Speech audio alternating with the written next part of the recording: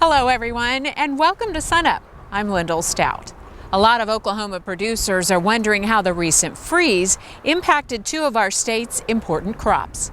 We begin with wheat and our Extension small grain specialist, Jeff Edwards. Across most of Oklahoma last week, we dropped down into the 20s and some parts of Oklahoma even into the upper teens. That was certainly cold enough that we would have expected quite a bit of freeze injury. Every freeze event is different, and this one was a bit unusual. Wheat that was in the boot stage or maybe just poking out of the head that we would have expected severe injury seems to have avoided most of the injury, and we're looking at anywhere from no injury to 10 or maybe 15%. Wheat that was smaller around the 2-joint stage, or wheat that was very drought stressed in western Oklahoma and southwest Oklahoma was hit the hardest. And it finished off a lot of that drought stressed crop. And in northern Oklahoma, along the Kansas border and all the way into the Panhandle, we had severe tissue injury, and the jury's still out on that wheat as far as whether or not it's going to be able to recover. So as far as the damage we're seeing out in the field, it's very evident right now where if wheat is injured, the heads will either be white, they'll be blanked out, or you'll find some heads that are actually trapped and have come out like they were injured by 2,4-D. As far as the overall impact on the Oklahoma wheat crop, it's really tough to say because it was very variable. You will have a pocket or an area where there's severe injury, and then just maybe 10 or 15 miles down the road, or maybe even just a mile or two, there's no injury at all.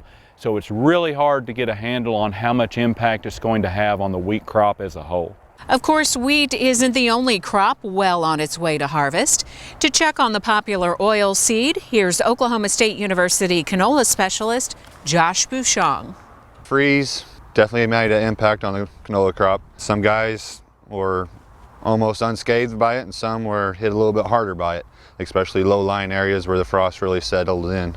Some of the fields where we didn't see a significant impact from the freeze, the crop the morning of the freeze was kind of curved over, and later that day the crop mostly stood back up. You can kind of see that a lot of the stems kind of have an S shape in them. The next morning, that Wednesday morning, we had some big windstorms come through, and that probably did more damage than the freeze event itself. The freeze softened the cells or the structure of the stem, made it vulnerable to the wind, and we had quite a few areas where the stem, maybe 10 to 14 inches off the ground, kinked over.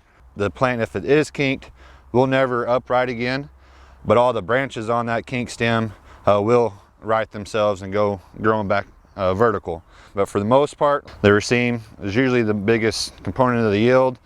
Minor cases during the freeze event, the flowers that were open went sterile, and so you can see we have some aborted pods as well as some pods that might only have a few seeds in there.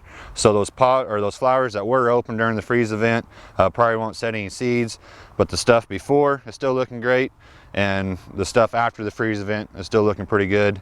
But for the most part, our biggest issue right now is drought stress. If you'd like to get out in the field with Josh, Jeff, and other members of our crops and extension team, join us on May 9th at the North Central Research Station Wheat Field Day at Lahoma. Registration starts at 8:40 a.m. and Edwards tells us there will be a variety of research on display. Producers are going to see some of the most current research that we're doing in winter wheat and even canola. We're going to have highlights of our breeding program with Dr. Carver and Dr. Hunger. We're going to cover the most current varieties, going to look at weed control and canola management, crop rotation. Randy Taylor's going to be there talking about drills, drill calibration. Kim Anderson's going to be there talking about our current price outlook, and Jody Campechi's on the tour talking about our new farm bill and how that's going to impact producers. For information on the Wheat Field Day at Lahoma, check out our website, sunup.okstate.edu.